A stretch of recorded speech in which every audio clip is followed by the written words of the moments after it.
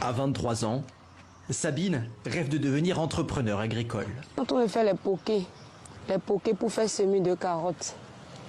Pour sa formation, elle a choisi Songhai, un centre d'expérimentation en rupture avec les méthodes conventionnelles. Ici, depuis 35 ans, on développe sur ces 22 hectares de terrain une agriculture écologique, sans pesticides ni engrais chimiques. Pour respecter la nature, la monoculture est bannie. Le maïs côtoie les ananas ou la papaye et plusieurs plants peuvent cohabiter dans la même rangée. Ici, nous avions fait l'association de culture.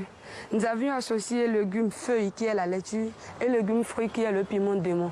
On les a fait parce que le piment est piquant et quand c'est là, les insectes ils vont fuir et ils ne vont pas attaquer notre laitue. Ça nous permet de réduire les maladies, la propagation des insectes dans le jardin. Et les engrais aussi sont naturels. Ici, on utilise les déjections des animaux élevés sur place. Des méthodes qui permettent, selon le directeur du centre, de produire plus avec moins. On appelle ça biomimétisme.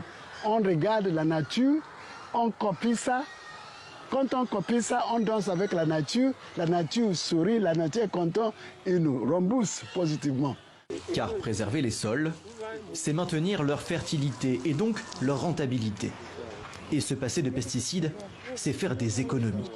Un enjeu capital sur un continent où beaucoup de paysans pauvres s'endettent pour acheter ces intrants chimiques. L'Occident a réussi, ils ont produit, donc on a acheté cette vision. Donc qu'est-ce qu'on fait? Tu vas produire, tu vas même plus d'engrais, tu mets les pesticides. Mais qui gagne? Le paysan tue son sol, il s'empoisonne et le sol se dégrade. L'année prochaine, ils vont encore acheter encore plus. La terre va encore se dégrader encore de plus. Vous voyez, c'est donc des spirales dégradantes. Et c'est ça qu'on a fait. Et c'est ça qui fait aujourd'hui que l'agriculture au Bénin, en Afrique, ne marche pas. La méthode Songhai, Daniel la pratique depuis 5 ans dans sa ferme qu'il a baptisée Agro-Miracle. Vous voyez déjà, même ceci, c'est aubergine fruit. Et là-bas, c'est de la laitue. Auparavant, il pratiquait une agriculture conventionnelle. Depuis sa conversion, ses rendements ont explosé. Il a embauché 2 ouvriers et accueille régulièrement des stagiaires. Ses produits sont toujours vendus au même prix, mais son salaire a augmenté de 20%. Je nourris ma famille avec. J'ai déjà un enfant, j'ai une femme déjà, je me suis marié, bien sûr, vous voyez la bague. Je me suis marié, c'est grâce au maraîchage. Et ça fait ça, maintenant, j'ai aussi construit chez moi. Vous avez vu tout à l'heure, vous avez vu chez moi, vous avez déjà au moins un logement. Je vis déjà dans une maison. Ça veut dire que, sincèrement, si on se donne réellement à l'agriculture, sincèrement, ça va chez moi.